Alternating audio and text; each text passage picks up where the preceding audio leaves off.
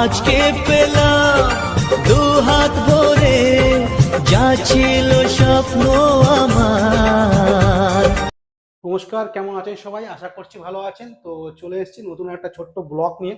আজকে কোনো রান্না করব না আর কোনো রেসিপি ভিডিও দেব না। তো সবার আগে বলে রাখি, সবাইকে অনেক অনেক ধন্যবাদ।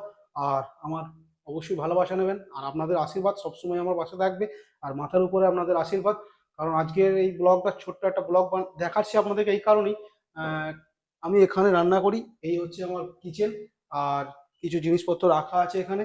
আহ, আজকে আমার মনোজের রান্নাঘর ইউটিউব চ্যানেলে 100 সাবস্ক্রাইবার কমপ্লিট হয়েছে। তো তার জন্য সেই খুশিতে আমি আপনাদেরকে ব্লগ বানাচ্ছি। তো সবাই এইভাবে সাপোর্ট করুন আর পাশে থাকুন এইরকমভাবেই।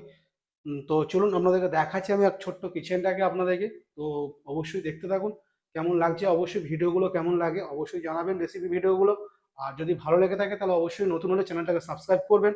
আর ভিডিওগুলো অবশ্যই বেশি করে একটু শেয়ার করবেন মানুষকে দেখার জন্য।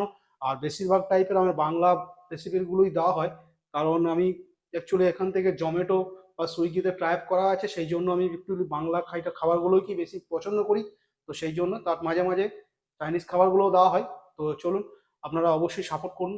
যদি ভালো লাগে থাকে এই ছোট্ট ভাইটাকে একটু সাপোর্ট করবেন নতুন নতুন রেসিপিগুলো দেওয়ার জন্য। তো দেখতে থাকুন আর অবশ্যই সাপোর্ট করুন।